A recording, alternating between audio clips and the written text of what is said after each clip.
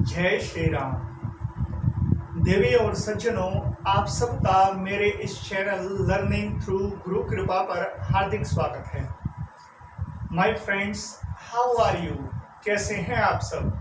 आशा करता हूं कि आप सब स्वस्थ होंगे, खुश होंगे।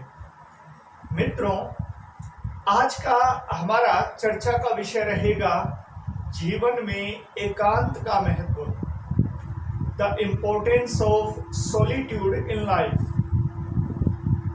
तो इस विषय पर चर्चा करते हुए सबसे पहले तो मित्रों, मैं इस बात को स्पष्ट करना चाहूंगा कि एक शब्द हम एकांत बोलते हैं और एक शब्द अकेलापन।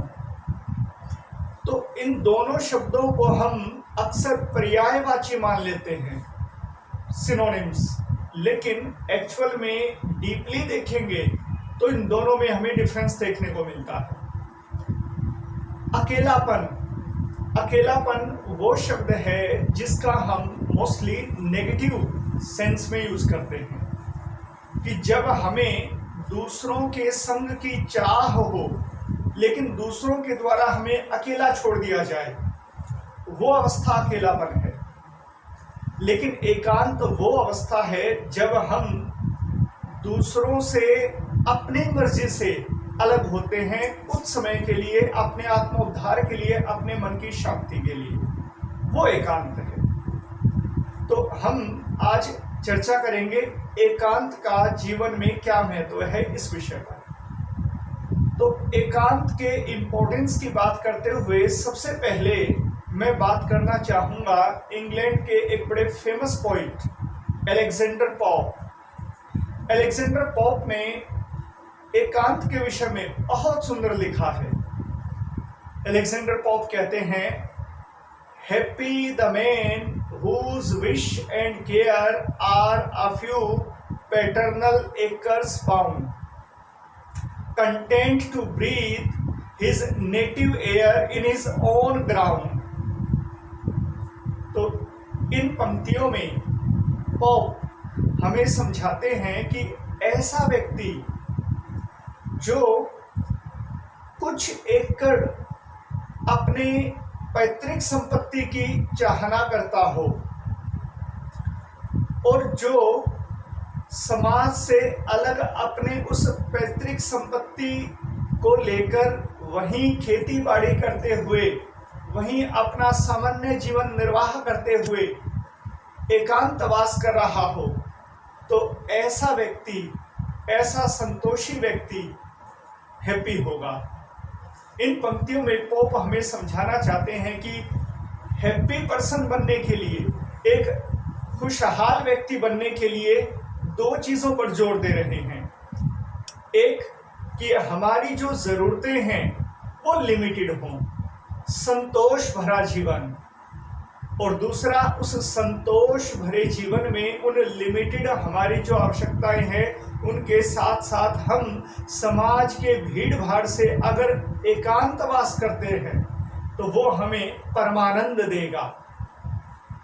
तो इस प्रकार अलेक्जेंडर पोप ने प्रसन्नता प्राप्ति के लिए एकांत को, सॉलिट्यूड को इम्पोर्टेंस दी। फिर अगर हम पॉप के इस आइडिया को भारतीय दर्शन के एंगल से देखें तो भारतीय दर्शन क्या कहता है इस विषय में। तो भारतीय दर्शन की चर्चा करें तो एकांत के विषय में गीता कहती है कि योगी युंजीत सततम आत्मानं रहसि स्थितः एकाकी चित्तात्मा निराशीर परिग्रह। इस श्लोक में कहा गया है कि ऐसा व्यक्ति जो अपने मन, इंद्रियों सहित इस शरीर को भली प्रकार अपने वश में रखकर किसी एकांत स्थान में स्थित होकर अपने मन को, अपनी आत्मा को परमात्मा के चिंतन में लगाता है तो वह अखंड शांति प्राप्त करता है। तो यहाँ पर इस श्लोक में अखंड शांति पाने का, ईश्वर प्राप्ति का मन को परम शांति देने का जो साधन बताया, उसके लिए भी यहाँ पर वही दो बातें आई हैं कि हमारी आवश्यकताएं संतोष भरी हों, लिमिटेड हों, और दूसरा हम एकांतवासी हों, एकांत स्थान पर हम उस अनंतेश्वर का चिंतन करें। तो इन दोनों विचारों को देखते हुए ऐसा प्रतीत होता है मानो अलेक्जेंडर पोप ने गीता का अध्ययन करके ही अपनी पोइम को रचा हो। तो इस प्रकार एकांत का जीवन में बड़ा महत्व है। आज के इस भीड़भाड़ भरे समाज में मन मूलतः अशांति की ओर ही प्रवृत्त रहता है। सो ऐसे में जब हम एकांतवास करते हैं तो हमें स्वतः ही शांति मिलने लगती है, और उस शांति को प्राप्त करने के लिए हमें अपने जीवन में कुछ समय निकालकर निश्चय ही एकांत के महत्व को समझना चाहिए और उस पर अमल करना चाहिए। तो इस एकांत सेवन का फल क्या होता है, अलेक्जेंडर पोप अपनी कुछ अंतिम पंक्तियों में इस विषय पे कहते हैं। पोप कहते हैं, Thus let me live unseen, unknown and unlamented in this society.